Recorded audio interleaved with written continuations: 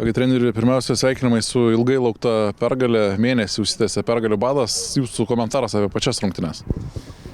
Aišku, noriu pasveikinti savo vaikinus su šitą pergalę. Labai laukiam šitos pergalės.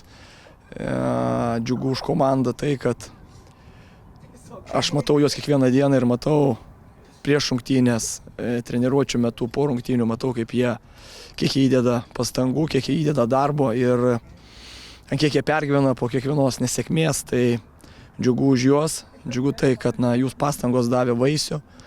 Šiandien mes buvom disciplinuoti, labai disciplinuoti, sakykim taip, nes žiūrint į priešininką, kuris šiandien atvyko pas mus, tai yra viena iš mažiausių praleidžianti komanda ir viena iš geriausiai išeinančių į greitą puolimą tuomet, kada priešininkas praranda kamuolį, tai tą vadinamą tranziciją. Tai turėjom savo planą, žinojom, ko siekiam, žinojom, kur einam, kaip tai pasiekti. Galbūt pirmam kėliny nebuvo labai daug tų momentų.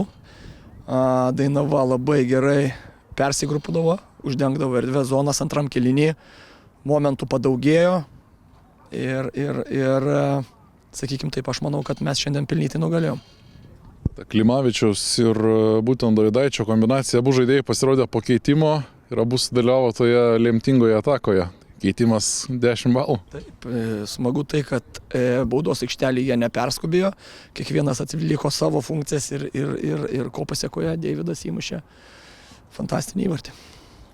Tas pirmasis ratas, kaip jį galima apibūdinti, tuo pačiu turbūt ir psichologiškai, taip ramiau, kai tą pirmą ratą uždarai laimėdamas rungtynes. Vienareikšmiškai 2 pergalės vienam rate, tai ne to, ko Šiauliai siekia ir Tebūnie tai tos paskutinės šito rato rungtynės tai bus atspirties taškas ir mes kilsim, eisim į viršų ir padovanosim savo ištikimiems fanams, savo miestui, savo klubui ne vieną dar pergalę.